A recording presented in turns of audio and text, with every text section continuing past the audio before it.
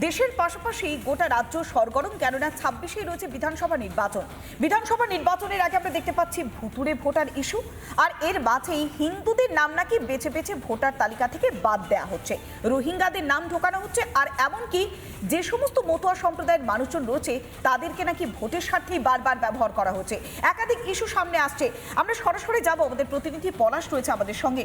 পলাশ, তোমার সঙ্গে রয়েছেন বিধায়ক অসীম বিশ্বাস। একাধিক ইস্যুতে তোলপাড় হচ্ছে গোটা রাজ্য। ভুতুড়ে ভোটার ইস্যু রয়েছে, রোহিঙ্গাদের নাম বারবার ভোটার তালিকায় উঠে আসছে, মতুয়া সম্প্রদায়কে ব্যবহার করা হচ্ছে। সমস্ত বিষয় নিয়ে তাদের কি প্রতিক্রিয়া? একদমই, আমি তোমাকে প্রথমেই বলে রাখি যে গতকালকেও কিন্তু অমিত শাহ স্বরাষ্ট্রমন্ত্রী তিনি কিন্তু একটা টুইট করেছেন।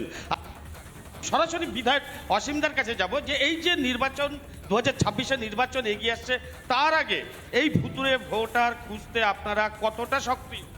আমি প্রথমেই বলি, জিহাদিদের অপর নাম মুখ্যমন্ত্রী মমতা বন্দ্যোপাধ্যায়, তোষণবাদের আর এক নাম মুখ্যমন্ত্রী মমতা বন্দ্যোপাধ্যায়, রোহিঙ্গাদের আর এক নাম মুখ্যমন্ত্রী মমতা বন্দ্যোপাধ্যায়।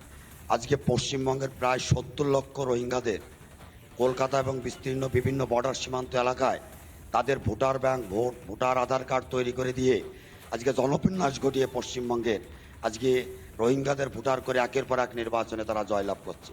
আজকে আপনাদের কাছে একটা আমি তথ্য দিই, দেখুন আমার কাছে রোহিঙ্গাদের ভোটার কিভাবে আসছে। আজ থেকে কয়েক বছর, প্রায় 20 বছর ভোট দিচ্ছে সঞ্চিতা বিশ্বাস নামে এক ভদ্র মহিলা। হঠাৎ করে 15 দিন আগে তার বাড়িতে একটা এপিক কার্ড আসলো, স্পিড পোস্টে, বাই পোস্টে। সেখানে তার নাম রয়েছে, ছবি রয়েছে সঞ্চিতা বিশ্বাস, নামটা আছে খুশিনারা মণ্ডল, শহীদুল মণ্ডল।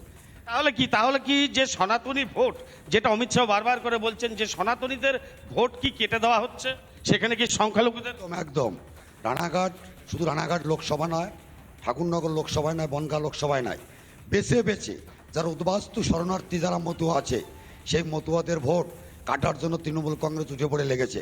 কারণ যে 2,34,00,000 আমরা ভোট পেয়েছিলাম 2024-এর লোকসভা নির্বাচনে, যার সমস্তটাই ছিল সনাতনীদের ভোট, মতুয়া, আদিবাসী, দলিত সমাজের। আজকে তৃণমূল কংগ্রেস বুঝতে পেরেছে হিন্দুত্ব যেভাবে জাগ্রত হয়েছে, এবারকার রামনবমী যে ঐতিহাসিক রামনবমী হতে চলেছে, তাই তারা বেছে বেছে মতুয়া সনাতনীদের ভোট কাটার চেষ্টা করছে। হুমায়ুন কবিরের বক্তব্য কি? ভাগীরথী নদীতে ভাসিয়ে দেবো, ঠিক তৃণমূল কংগ্রেসের ক্যানিং পরিবারের বিধায়ক শওকত মোল্লা থেকে শুরু করে একাধিক মুসলিম, তার মধ্যে যাদের নেতা আছে, ধর্মগুরুরা আছে, আজকে এই রাজ্যের হিন্দু বিরোধী মুখ্যমন্ত্রীর নেতৃত্বে যেভাবে হিন্দুদের ভোট কাটা, শরণার্থীদের ভোট কাটা, মতুয়াদের ভোট কাটাতে প্রবণতা শুরু করেছে, আমরা এটাকে মেনে নেব না। সীমান্তবর্তী এলাকায় তাদের নজর, কারণ সীমান্তবর্তী এলাকায় রোহিঙ্গাদের এনে জনবিন্যাস ঘটিয়ে একের পর এক নির্বাচনে রোহিঙ্গাদের কাজে লাগিয়ে নির্বাচনের বৈতরণী পার হতে চলেছে। আসাম আজকে দেখিয়ে দিয়েছে, দিল্লি আজকে দেখিয়ে দিয়েছে, লক্ষ লক্ষ রোহিঙ্গাদের এই পশ্চিমবঙ্গ থেকে তাদের ভোটার এবং এপিক কার্ড তৈরি করে ভারতবর্ষের বিভিন্ন রাজ্যে তাদেরকে সাপ্লাই দেওয়া হয়। সমস্ত দেশদ্রোহী যুক্ত থাকে এই রাজ্যের মুখ্যমন্ত্রীর নেতৃত্বে এবং তার আর একজন ডায়নার। আগামী যে 26-এর বিধানসভা নির্বাচন, এই নির্বাচন কি শুধুমাত্র হিন্দুত্ব এবং সনাতনীরা 2026-এর নির্বাচনে পশ্চিমবঙ্গে ভারতীয় জনতা পার্টিকে জয়লাভ করাবে? আমরা জানি মাইনরিটি সম্প্রদায়ের কোনো মানুষ আমাদের ভোট দেয় না, 70 লক্ষ আমাদের ভোট দেয় না, 70 লক্ষ রোহিঙ্গাদের ভোট যদি বাদ দেওয়া যায়, আমরা সেইভাবেই লেগেছি।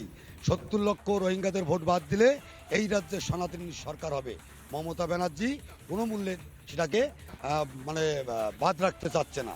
সনাতনীদের ভোট বাদ দিয়ে রোহিঙ্গাদের ভোটটা যাতে আরো বেশি করে করা যায় সেই চেষ্টায় আছে। তাহলে কি আরএসএস যে একদমই গোটা রাজ্য জুড়ে এবং জেলার সীমান্তবর্তী এলাকাগুলোতে কি ধরনের ভুতুড়ে ভোটারের আমদানি, এবং সেখানে যেটা বারবার অভিযোগ করা হচ্ছে, অমিত শাহ টুইটও করেছেন যে এখান থেকেই কিন্তু সনাতনীদের ভোট ব্যাংককে ফাঁকা করে দিয়ে সেখানে যারা এখন পশ্চিমবাংলায় সংখ্যালঘু তাদেরকে বেশি প্রায়োরিটি দেওয়া হচ্ছে। নানা ধরনের কন্টেন্ট দেখার জন্য লাইক করুন, শেয়ার করুন আমাদের ফেসবুক পেজ, সাবস্ক্রাইব করুন আমাদের ইউটিউব চ্যানেল।